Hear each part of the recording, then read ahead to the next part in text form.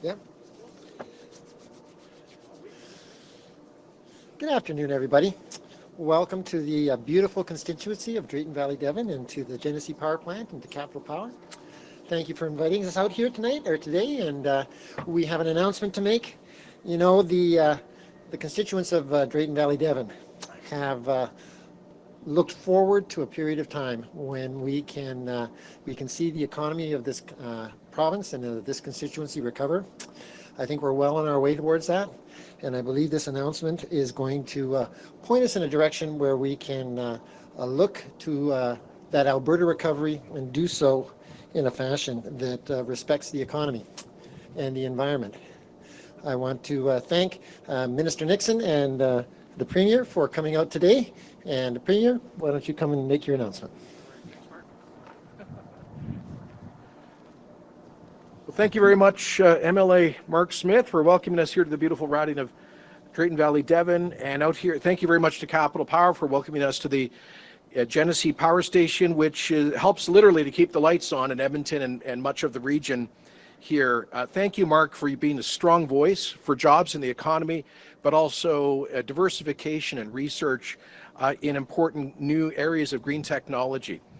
I'm really excited to be here, and it's a pleasure to be here alongside Capital Power, Emissions Reduction Alberta, CP Rail, Canadian Natural Resources Limited, Calgary Aggregate Recycling, MLA Smith, and we'll be joined in a moment by Minister of Environment and Parks, Jason Nixon.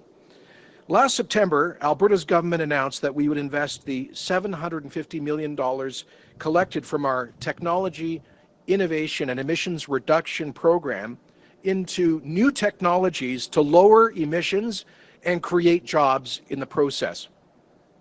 This was announced as part of Alberta's recovery plan, a bold plan to create jobs and diversify our economy, in part by doubling down on Alberta's role in a responsible energy future.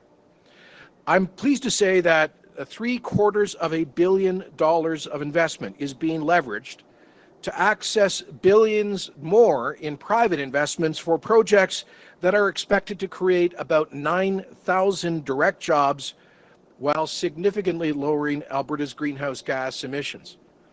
And part of that investment went towards Emissions Reduction Alberta's Shovel Ready Challenge. 1 year ago tomorrow, the Shovel Ready Challenge was issued to Alberta companies, municipalities, and industry associations that were ready to implement new emissions-reducing technologies. Each successful applicant was eligible for up to $15 million in funding from Emissions Reduction Alberta through the TIER program to help bring their technological achievements to life. Today, I'm announcing that 16 emissions-reducing projects will receive $176 million in funding for this challenge. That's $126 million from Alberta's TIER fund and another $50 million from the Federal Low Carbon Economy Leadership Fund.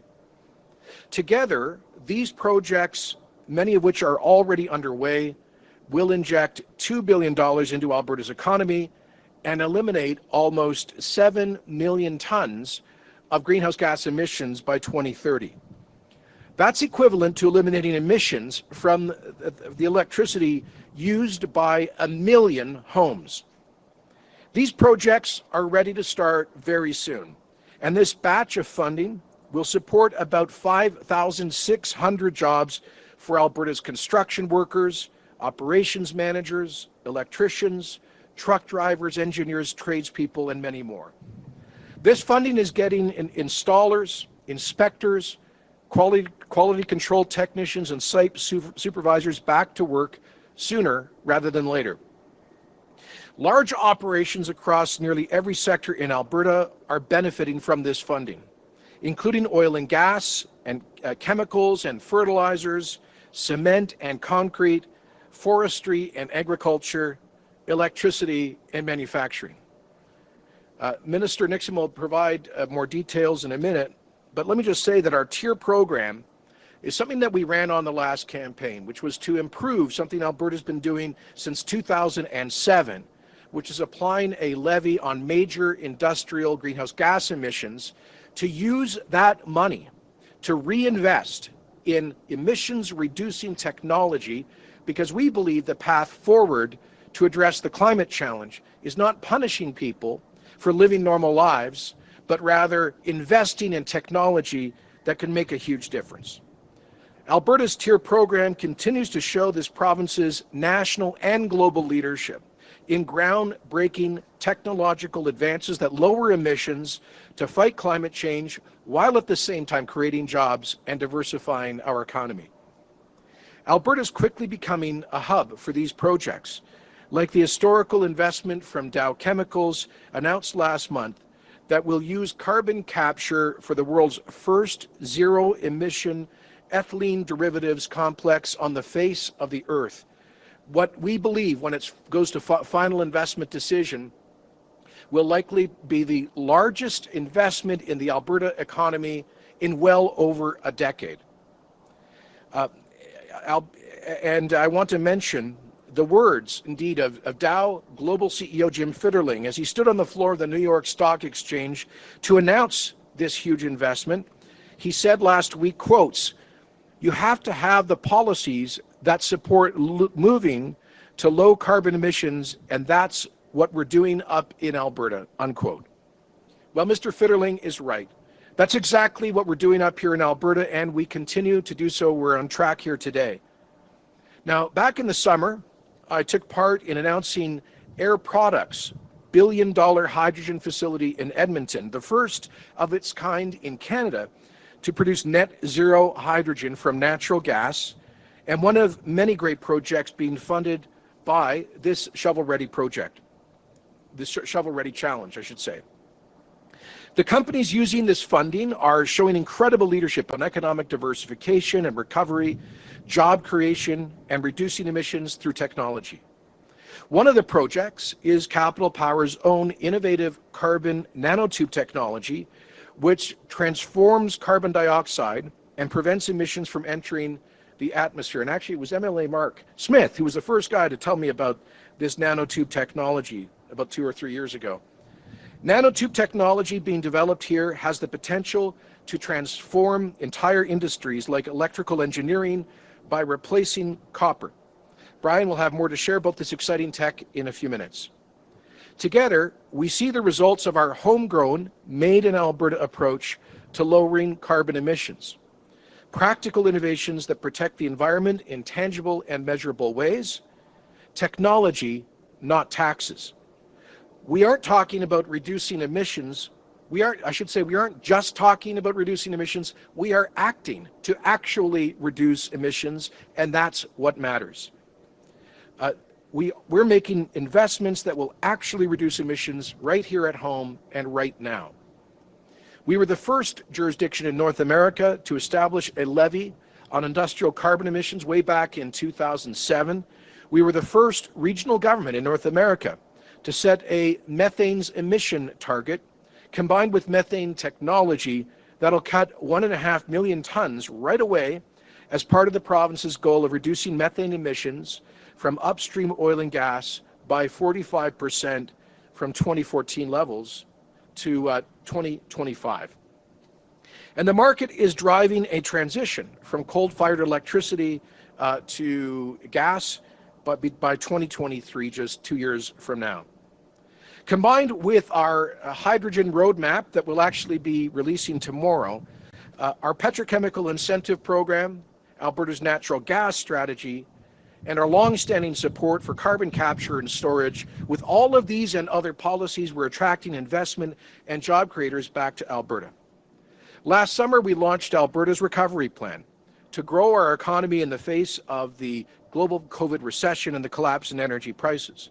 But today, Alberta's economy is on the rebound in a big way. Most economists project that we are leading the country in growth this year and will do so again next year. And we've seen the creation of nearly 60,000 net new jobs in the past 3 months. This is great news, and it's no surprise.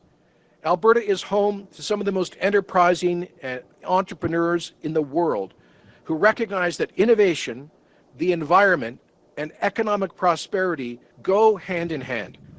This is the approach we need to make a real difference. And as we look forward to the years ahead, I'm excited that with Alberta's recovery plan and with investments like the one I'm announcing today, that we are breathing new life into this economy and creating new opportunities for every Albertan. So congratulations to the 17 successful funding recipients, including the 3 or 4 represented here today. I look forward to seeing your projects take shape in the weeks and months to come. Thank you again for having me this morning, for Brian, and with that, we'll hear from our guests. Thank you very much. Thank you very much, Premier. If I could please ask Steve MacDonald, the CEO of Emissions Reduction Alberta, to step forward.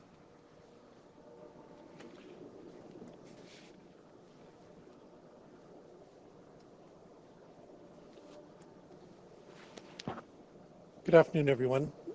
Thank you, Premier Kenney and MLA Smith, for being part of today's announcement. Transforming our industries for success in a low-carbon future is both exciting and complex. It takes supportive policy frameworks, significant investments, and strong leadership. Thank you for putting these pieces in place. The path to reducing emissions is paved with technology and innovation. Provincial and federal funding unlocks the private investments we need to stimulate the economy now and support the lower emissions industries of the future. For 12 years, ERA has been helping to create that future. ERA was purpose-built by the province to both identify and fund the most promising technologies to reduce emissions, strengthen our economy, and create job growth. We do this by investing a portion of the carbon levy paid by large file emitters. With today's announcement, ERA has now committed $821 million toward 221 projects, unlocking $6.6 billion in public and private investment. Our portfolio of projects can result in cumulative GHG reductions of over 42 million tons by 2030. Our projects are putting Alberta at the heart of Canada's living lab for next wave technologies. Today we are adding 16 shovel-ready projects to ERA's portfolio. These projects will lead to substantial GHG reductions and create thousands of jobs. They include large industries, SMEs, municipalities, and Indigenous supported initiatives. They achieve near-term reductions by advancing the solutions that exist today, including resource extraction technologies, renewables, and energy efficiency. And they accelerate the scale-up and de-risking of emergent technologies like CCUS and hydrogen, technologies that have enormous global potential. Just imagine if the technologies from the projects announced today are adopted around the world by other companies and countries. Imagine zero-emission public transit in every community, or using carbon capture to create value-added products that help build the world's new circular economy. I encourage everyone to visit our website, eralberta.ca, to learn more about our portfolio projects and today's shovel-ready challenge winners. Thank you again to Premier Kenney and Minister Nixon for your leadership and commitment to put in place all the conditions for success. Thank you, Brian and Capital Power, for hosting us and your corporate commitment to advancing clean technologies. I'd also like to acknowledge the federal government, specifically the Low Carbon Economy Leadership Fund, for its support. And thank you to all the funding recipients for your ongoing commitment to innovation. Later this week, I'll be traveling to Glasgow to participate in COP26, the climate change conversations. Today's announcement is another piece of Alberta's compelling narrative on how we are closing the gap between rhetoric and reality. I'd like to now turn the podium over to Brian, President and CEO of Capital Power. Thank you.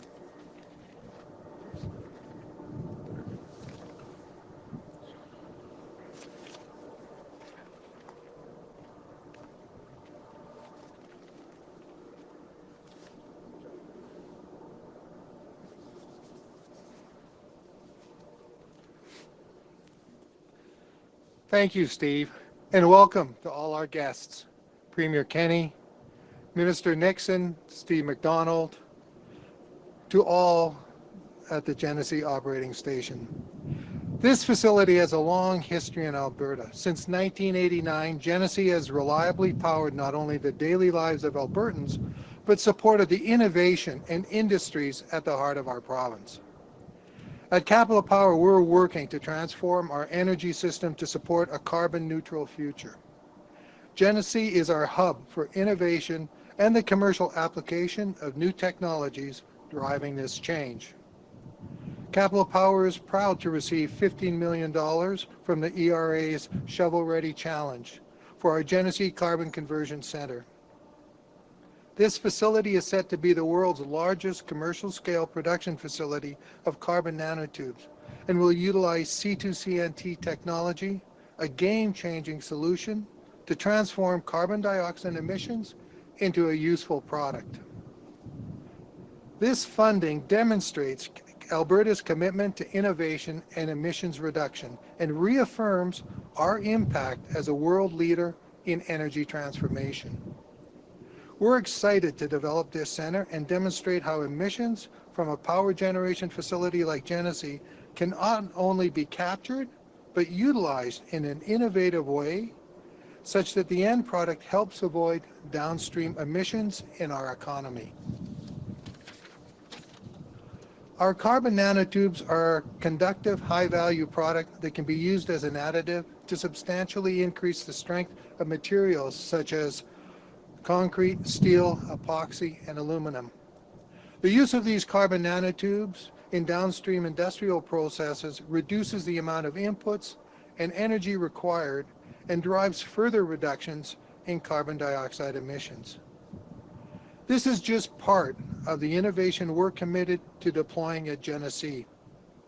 We've commenced $1 billion transformational investment at Genesee that will result in us being off coal in 2023. This project will utilize state-of-the-art natural gas combined cycle technology, reducing our emissions by roughly 3.4 million tons a year. We're also advancing plans for the Genesee Carbon Capture and Storage Project. This project would replace an additional investment of $1.6 to $2 billion at this site. It would be operational potentially in late 2026 and would capture roughly 3 million tons of emissions per year. Alberta is home to us. Capital Power has been the single largest investor in new generation capacity in Alberta over the last 20 years. The Genesee Carbon Conversion Center, the transformation of the Genesee units, and our Genesee CCS project reflect our continued commitment to Alberta and to being a leader in the carbon neutral transformation that's taking place in Alberta. I would like now to invite Dr. Kyle Mulligan, Chief Engineer, Railway Technology of Canadian Pacific Railway, to speak.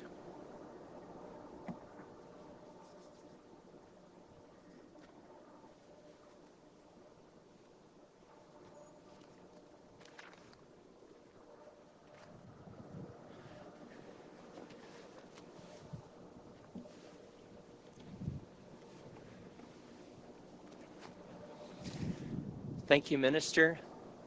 Thank you, Premier. Thank you, Mr. Smith, Mr. MacDonald, Mr. Vaasjo, and honored guests. I'd like to start by thanking the ERA for their substantial financial support in our hydrogen locomotive program. CP aims to build the first line-haul locomotive that's hydrogen-powered in North America.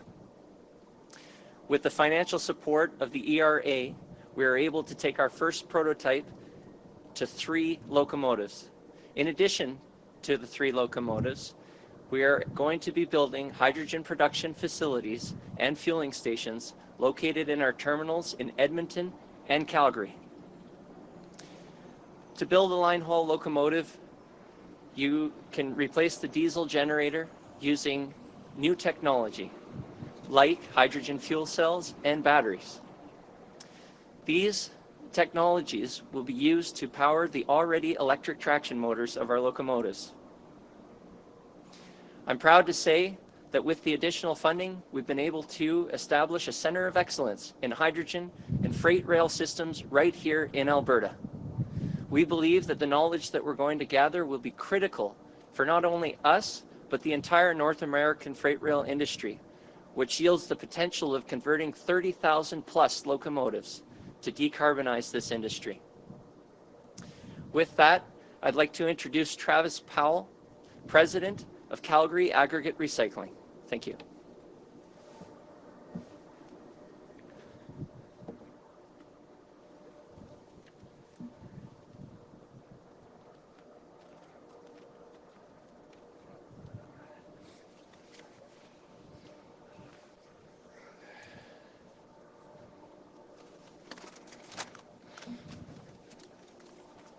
Hello.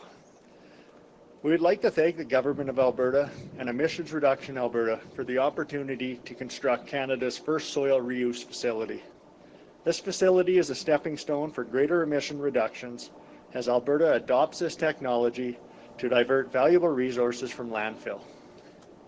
Calgary Aggregate Recycling has operated for 30 years and up until recently has been focused on recycling concrete and asphalt from the City of Calgary's construction activities. Calgary Aggregate Recycling has diverted over 250,000 tons of debris from landfill or illegal dumping operations annually.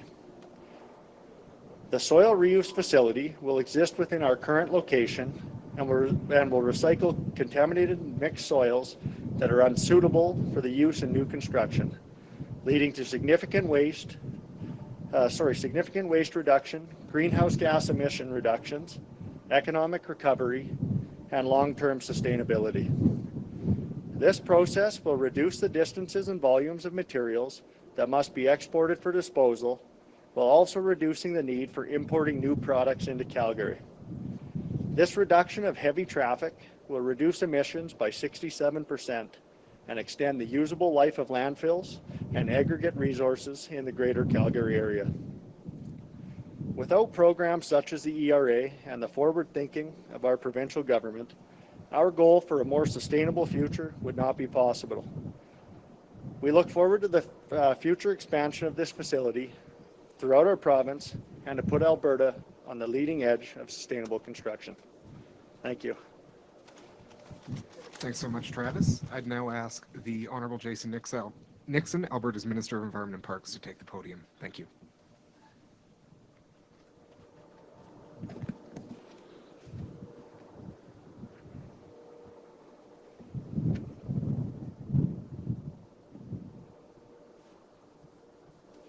It's windy today. Well, thank you. First of all, thank you, Premier, for being here today. Thank you, Brian, and the rest of the team from Capital Power for having us out today. It's really exciting to be here this morning celebrating more than a dozen shovel-ready projects that will cut emissions, create jobs, and diversify Alberta's economy. Alberta has both the regulatory framework and innovative ecosystem to continue moving forward on significant emission reduction initiatives in the sector. And as evidenced by these Made in Alberta projects and many more down the road, the industry is stepping up to this challenge with its own deliberate targets and concrete projects to get on the path to achieving them. As the Premier discussed, up to $176 million in provincial and federal funding is supporting the Shovel Ready Challenge. The funding is delivered by Emissions Reductions Alberta, a key partner in Alberta's work to balance the needs of the environment and the economy. As the Premier said, these projects will support 5,600 jobs and inject $2 billion in Alberta's economy and cut nearly 7 million tons of emissions by 2030. That's the same as cutting emissions from the electricity used in 4.5 million homes. Funding to the ERA is supporting everything from lower carbon industrial processes to cleaner oil and gas to low emitting electricity. And now I'd like to highlight a few of these great projects. In addition to the exciting technology that will soon be underway here at the Genesee facility, there are also fantastic projects on the horizon for companies like CNRL, Canadian Pacific Railway, and Calgary Aggregate Recycling. CNRL is using the shovel-ready funding to support its pit extraction process, which puts bitumen extraction in the middle of the mine pit. This supports dry, stackable tailings that can support immediate reclamation, therefore stopping the creation of problematic tailing ponds. Also, bitumen is usually extracted well outside the mine pit at a plant, but this new approach will reduce the amount of energy needed to pump material, reduce the need for haul trucks, and will decrease the length of pipelines. This exciting new innovation also applies to all mineable oil sands operations and can be adopted to some worldwide mining operations. Shovel-ready funding is also supporting Canada Pacific Railway's hydrogen locomotive program. This includes 3 brand new rail transportation vehicles that will be powered by low-carbon hydrogen. These vehicles are designed to do the same work as a normal locomotive, but no emissions will be produced other than water vapor. This is an incredible project. It will show the potential for nearly emission-free rail transportation, which could change the transportation industry as we know it, and it would start right here in Alberta. We also have Calgary Aggregate Recycling, an Indigenous-owned company that specializes in concrete, asphalt, and recycling. This company is using funds to build a soil reuse facility. It's very windy today. Contaminated soil from construction sites will be processed into stone and sand products. This turns waste that would normally go to landfill into valuable products, and the facility's central Calgary location reduces emissions by shortening the distance needed to transport to waste disposal. By weight contamination, soil is Alberta's largest hazardous waste stream, with an estimated 3 million tons of contaminated soil landfilled each year in Alberta. This facility will be the first of its kind in Canada and the second of its kind in North America, a true turnkey operation that puts Alberta at the front line of sustainable construction. Folks, it's been more than a year since Alberta's government announced $750 million for the TIER fund was to be allocated to a range of programs that would reduce emissions, boost the economy, and most importantly, get Albertans back to work. It's been a real pleasure for us to see the investments from the TIER fund continue to support Alberta's economic recovery. And I'm happy to be here today celebrating the latest game-changing technologies, and I'm looking forward to the next batch. Thank you very much. I think, Harris, we're going to take some questions. Yes, sir, Minister. We will go to the one journalist who's braving the climate with us outside today, Tom Vernon with Global News. Go right ahead. Some trees would look nice right there. Yes. This one's for the Premier. The Prime Minister announced this morning the intention of capping oil and gas emissions in the economy. There had been talk in Alberta of doing the same 100 megaton cap on the oil sands previously. Your reaction to this announcement, will you take part in conversations in developing this policy? Either minister, yes, sir. Yeah. Thanks, Tom. And thanks for braving the weather out here. So Alberta's commitment is to real action to reduce emissions. That's what we're demonstrating here today, and we'll continue to. I think it's important to, I said to the Prime Minister the day after I was elected that we'd be willing to get into a discussion with the Government of Canada about energy and the environment, about how to reduce emissions while ensuring a future for Canada's largest industry, an industry that employs 800,000 people. And at that time, I said we would be certainly willing to talk about the 100 megaton cap, the cap on oil sands emissions, and we've never really received a response to that inquiry. I think it's important to put this in context. Alberta is responsible for about 0.58% of global greenhouse gas emissions, and oil and gas production in this province is responsible for half of that. So Alberta's oil and gas industry is responsible for less than 1/3 of 1% of global greenhouse gas emissions. Now, 1/3 of 1% isn't nothing, and we have to get that number down. That's what we're committed to doing. The single most important way the Prime Minister could help us would be putting real resources behind a huge expansion of Alberta's carbon capture and storage technology. Alberta was a global leader on this going back 10, 12 years ago. We appreciate that the federal budget earlier this year included a commitment to support for carbon capture and sequestration, but we still have not seen the details. So I guess, Tom, what I would say is we can all give speeches about this stuff, but what matters is action.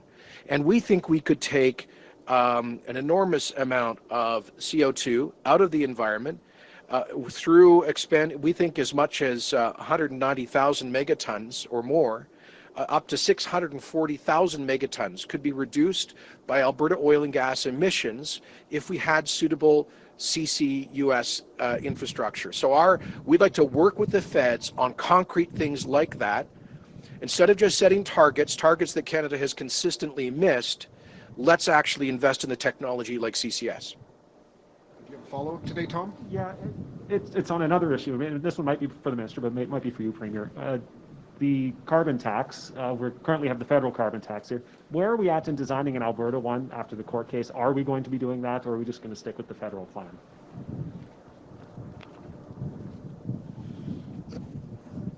First, to be clear, we fundamentally disagree with the federal government's approach to pricing carbon. Having said that, the Supreme Court ruling is clear.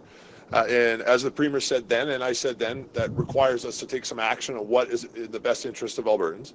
We're not prepared to announce that today, but what I am prepared to say today is we've been in extensive conversations with the federal government, as well as widespread consultation with Albertans as a whole to understand what would be the best for our province. And we'll have more to say in the coming days.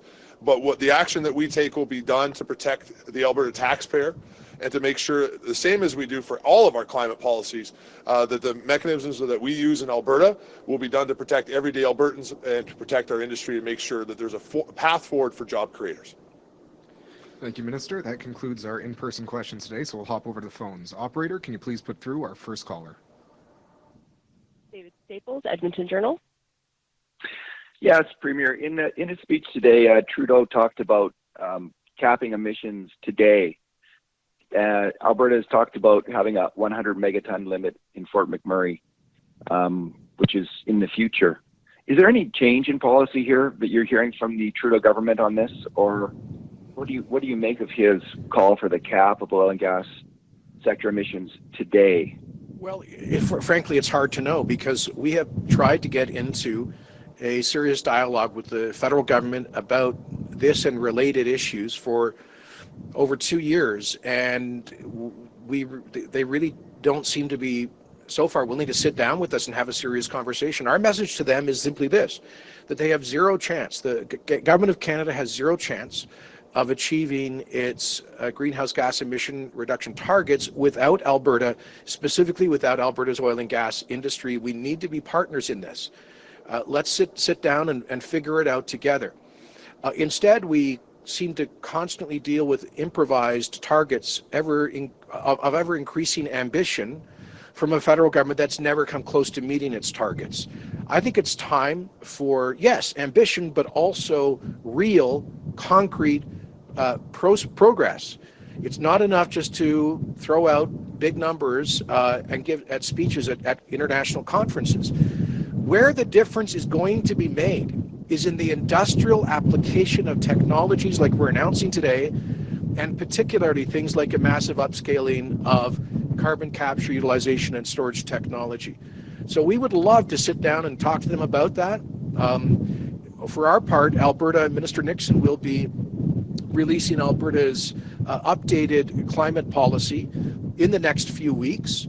And in that, you will see that we are being very ambitious, but also realistic about what can be achieved through investments in technology like today's. And do you have a follow-up today, David? Yes, the new climate minister, Steven Guilbeault, has been campaigning against nuclear energy for all of his career as an environmentalist for 25 years, 30 years. He's staged numerous events against nuclear energy, spoken out against it repeatedly, wants Canada to get rid of nuclear energy, which has been identified by Alberta and other provinces through the small modular reactor program as a great way to combat climate change. What do you think of Mr. Guilbeault's long-term opposition to nuclear power, and how might that impact Canada's efforts to cut emissions? I think it highlights the gross hypocrisy of the radical green left, who claim that there is a climate emergency, but oppose the single technology which could most dramatically reduce greenhouse gas emissions, and that is nuclear power. It is ridiculous when you see governments around the world preaching climate purity, like Germany, that have shut down their nuclear plants to reopen coal plants. This is the hypocrisy of Mr. Guilbeault and many others.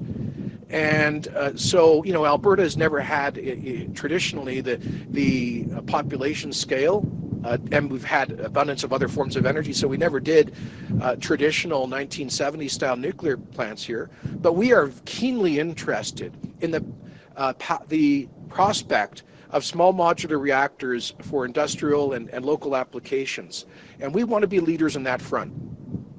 Let me point out, though, that Mr. Guilbeault and many of his fellow travelers aren't just opposed to proven technologies that can radically reduce GHG emissions like nuclear. They also generally oppose all of the green technologies that can help us to reduce emissions right now. Technologies like hydrogen, so-called blue hydrogen, technologies like carbon capture, utilization, and storage, technologies policies like exporting liquefied natural gas. We think that Mr. Guilbeault and Mr. Trudeau should be in Glasgow right now, calling on their fellow governments around the world to give Canada credit under Article 5 of the Paris Agreement for helping to reduce global greenhouse gas emissions through any incremental exports of liquefied natural gas. By getting more Canadian natural gas to global markets, we can reduce coal-fired electricity in Asia and elsewhere. That's the kind of thing that represents real progress on the climate. Unfortunately, what we have heard in the past from Mr. Guilbeault and others like him is opposition to all of those things: nuclear, hydrogen, CCUS, and liquefied natural gas. Their approach seems to be, well, it's totally unrealistic, and their approach, if they were to actually achieve their targets without using these transition technologies, would be devastating to the entire global economy. Thank you. Operator, can you please put through our next caller? Emma Graney, Globe and Mail. Yeah, g'day, Premier. Thanks for taking my call. I want to follow up on Tom's question. This idea of working with the federal government on greenhouse gas emission reductions, what exactly does that cooperation look like? What do the conversations look like between your government and the federal government?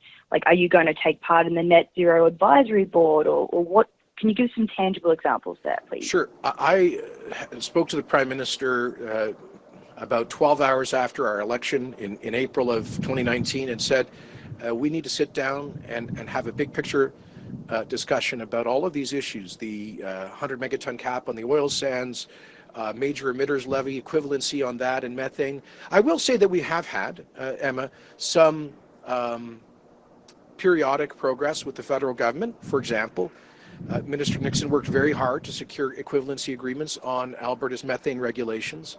And of course, we did secure an equivalency agreement on the tier levy. But there is so much more, and we just feel often dealing with Ottawa that they are dealing with these on issues as one-offs rather than as part of a wider strategy. We'd be happy to get into a broader conversation with them about that. I'll invite Minister Nixon because he's involved in most of these discussions, to complement that.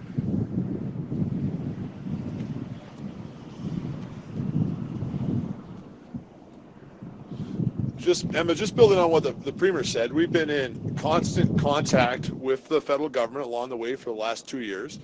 I will remind you, Emma, that one of the first things we did after not this federal election, but the federal election before, was the Premier put the Energy Minister and myself and a few other key ministers on these files on an airplane. We immediately went to Ottawa. At that time, I met with Minister Wilkinson, and we started a dialogue that would go on for a long period of time that ended up with, as the Premier said, methane equivalencies around tier, and we continue to have that dialogue both at the bureaucracy level and at the political level.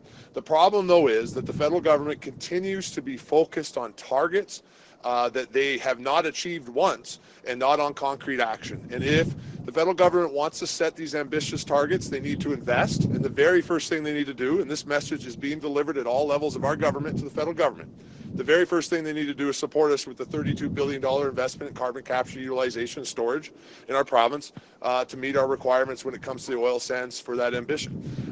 The latest projections that I have seen for Mr. Trudeau's ambition and targets, that's not counting the new ones that he seems to be setting today, is that it's going to cost over $200 billion to be able to make sure that we can meet that ambition.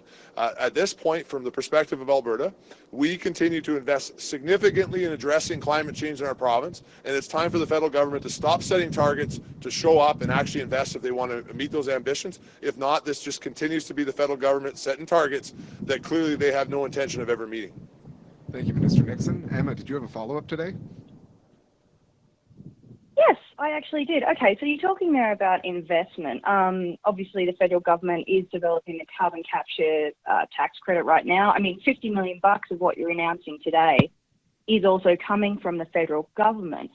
So when it comes to those investments from the federal government, I'm just curious how you see them targeted specifically towards oil and gas. I mean, you're already talking about carbon capture, and that's going to be needed if you're talking about emissions reduction. But what else can they bring when it comes to specifically oil and gas emissions reductions? Well, what else can actually help here? Thanks for the good question, Emma. I think the answer is really being provided by the Pathways coalition of the major oil sands producers who collectively represent 90% of oil sands production. And they have put forward a long-term strategy collectively to get to net zero emissions for the Canadian oil sands by 2050 through the application of numerous technologies. But the single biggest piece would be through carbon capture, utilization, storage. They roughly estimate that half of the progress to achieving net zero for the oil sands would be through a massive upscaling of CCUS. And that's where the $32 billion figure comes from. Doing that would help us to reduce emissions by something in the range of 500,000 megatons. And that's a game changer. The United States, Canada, Alberta started out ahead of the game on CCUS about 12 years ago. We were laughed at and ridiculed for doing it, but the technology is now proven. The costs have come down by about 50% per ton sequestered. And there are, of course, new technologies coming on board all the time. And the point is that in the interval, the United States came in with the 45Q tax incentive for CCUS, which has led to the construction of, I think, a dozen major CCUS projects in the United States. So we've been falling behind. And so what we're calling on the feds to do is to turn their budget commitment into a refundable tax credit that is as generous as the American 45Q, to make it refundable, to make it stackable, and to ensure that it can also apply to enhanced oil recovery, so we can get potentially net zero oil extraction from the conventional basin. So those are some of the specifics. I mean, there are other technologies, of course, that they're pursuing, and we do appreciate. I want to be clear. I don't want to sound churlish. We appreciate co-investments like the one that we are announcing today, and these are important. They are progress. But if we want to really take this to another level, we're going to have to see larger investments. Okay, thank you, Premier. In light of cold wind and chilly fingers, we have time for about 3 more questions today. I know there's a couple folks still waiting online, and if we don't get a chance to answer your question, please don't hesitate to send an email to either myself or Paul Hamnett, Minister Nixon's press secretary. With that, operator, can you please put through our next caller? Chris Barco, Calgary Herald. Hi, this is a question for the Premier. Premier, just going back to the announcement today by the Prime Minister on the details to put in place a cap on emissions from the oil and gas sector, do you have an issue with the cap? Do you view it as some sort of risk to the industry or to the province? We need to know what the details are. The answer is not necessarily. It depends on what the cap is. And as I said, we are willing to discuss with them the earlier proposed 100 megaton cap. They've never come back to us to discuss that. I don't know why they would make an announcement like this without consulting with the province that actually owns the overwhelming majority of Canada's oil and gas reserves. Alberta is the third largest reserve of proven and probable oil reserves on the face of the earth. It represents the largest job-creating industry in Canada. So it's peculiar that they wouldn't talk to us before making a statement like that. I mean, what I can tell you, Chris, is that we will vigorously defend the economic interests of Alberta, including the right to develop our own natural resources and to do so in a responsible way, while also seeking significantly to reduce carbon emissions. That is our commitment. We're demonstrating that with today's investment and other policies. But if in fact what this announcement is about today is trying to, quotes, leave it in the ground, then of course we would fight that with every tool at our disposal. I'll remind you, the Prime Minister at a town hall in Peterborough about 4 years ago talked about phasing out the oil sands. And there was a understandably massive and negative public reaction. He quickly walked that back and apologized for that language. So I hope that the federal government understands that if they're trying to fundamentally limit the development of Canadian resources, they're just handing the global energy market over to places like Iran, Saudi Arabia, Venezuela, and Putin's Russia. That would be bad for the environment and bad for the world. And Chris, do you have a follow-up today? Yeah, Premier, just to follow up on that line of logic, do you believe that they have the legal authority to put a cap in place, and particularly given the ruling that came out of the Supreme Court of Canada regarding the carbon tax? Well, that's one of the issues being considered in our judicial reference to the Alberta Appeal Court on the former Bill C-69, the Canada Environmental Assessment Act, what we call the No More Pipelines Law. Peter Lougheed fought for and won a critical victory to include Section 92A in the 1982 Constitution Act, which recognizes exclusive provincial jurisdiction over the regulation of natural resources. And so we will defend that constitutional right every single day. Thank you, Premier. Operator, can you please put through our second last caller? Rick Bell, Calgary Sun. Good afternoon, Premier. Just following the last question, I'd like to get down to brass tacks.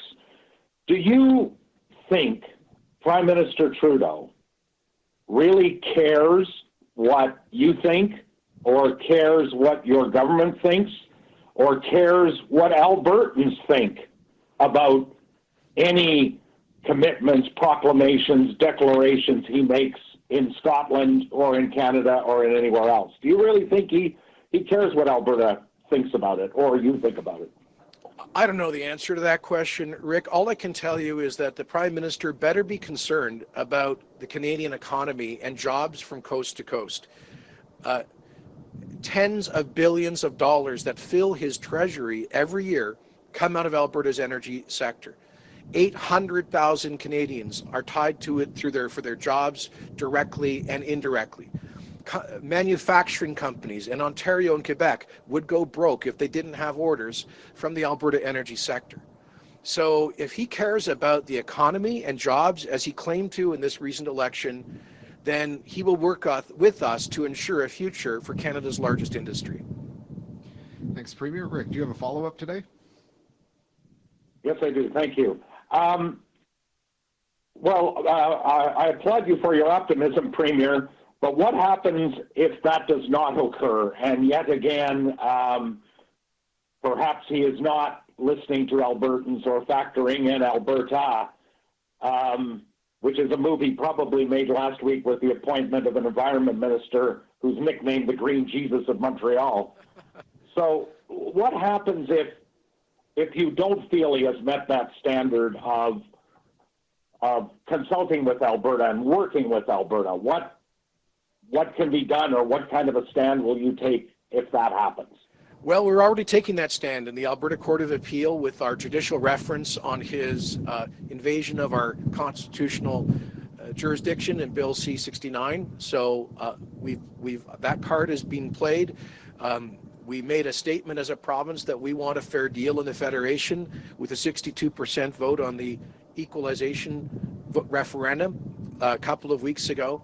And we, as you know, we continue to work towards other ways that we can strengthen this province. As I've said many times, you know, Alberta should have the same rights in this country that Quebec has, and we're prepared to exercise all of those rights if we need to strengthen this province. But, you know, at the end of the day, Rick, at the end of the day, it's up to Canadian voters whether or not they want policies that create jobs and growth, or do they want policies that shrink our economy and kill jobs? And I believe just like the vast majority of Quebecers say they would prefer to use Western Canadian oil and gas as opposed to imports, I believe the majority of Canadian voters, when push comes to shove, if they're forced to start paying attention to these trade-offs, I believe they'll side with the economy and jobs. Thank you, Premier. Operator, can you please connect our last call that we have time for today? Stephanie Rousseau, Radio Canada. Oui, bonjour. Ma question est pour le Premier ministre. Donc, aujourd'hui, Justin Trudeau à Glasgow a dit qu'il avait la volonté, en fait, que le Canada plafonne les émissions de gaz à effet de serre du secteur pétrolier. Quel serait un plafond acceptable pour l'Alberta et quelles sont aussi les demandes pour accepter un tel plafond là, du fédéral? Just to translate for folks watching in English, that was essentially a reprise of a number of the earlier questions about Mr. Trudeau's commitment, but in French. Depuis le début de notre gouvernement, on a essayé de travailler avec le gouvernement fédéral pour trouver un équilibre entre le développement économique de notre industrie pétrolière et la diminution des émissions de gaz à effet de serre. C'est la raison pour laquelle nous faisons l'annonce aujourd'hui, les investissements importants dans la technologie fondés par l'impôt sur les émissions industrielles de gaz à effet de serre. Alors, nous disons au fédéral, au M. Trudeau, que si vous voulez atteindre vos objectifs, vos buts en ce qui concerne les émissions, il faut travailler avec l'Alberta, il faut travailler avec l'industrie énergétique, avec les investissements importants dans les technologies comme la séquestration du carbone. Alors, nous mettons l'accent sur le progrès concret et réel avec les investissements dans la technologie, pas les nouveaux buts qui, pour un gouvernement fédéral qui n'a jamais réalisé les objectifs à cet égard. Stephanie, do you have a follow-up to wrap things up today? I do. Donc, ma deuxième question aussi en français. La recherche, le développement, ce que vous annoncez en fait aujourd'hui, c'est beaucoup basé sur la recherche, le développement de nouvelles technologies. C'est bien, mais si ça prend plusieurs années en fait à se développer, est-ce que vous trouvez vraiment ça suffisant? Est-ce qu'il ne faudrait pas aussi que l'Alberta en fasse plus pour réduire les émissions de la province? Vous blâmez beaucoup Ottawa, mais est-ce qu'il ne faudrait pas aussi que la province fasse sa part? Mais nous avons déjà fait les progrès importants. Par exemple, par 2023, il n'y aura aucune utilisation de coal dans la production d'électricité en Alberta. On a vu une diminution de 45% dans les émissions de méthane. On a vécu une diminution de 30% dans l'intensité des émissions pour baril de bitumen. Alors, dans tous les secteurs, il y a eu des progrès, mais plusieurs des projets que nous annonçons aujourd'hui seront réalisés dans la prochaine année. C'est le Shovel Ready Challenge. L'idée est les choses qui sont prêtes de mettre en action. Et les projets très importants à cet égard. Thanks, Premier. That concludes today's media. Thanks. And we are freezing out here for all of you watching this in your offices. Thank you very much.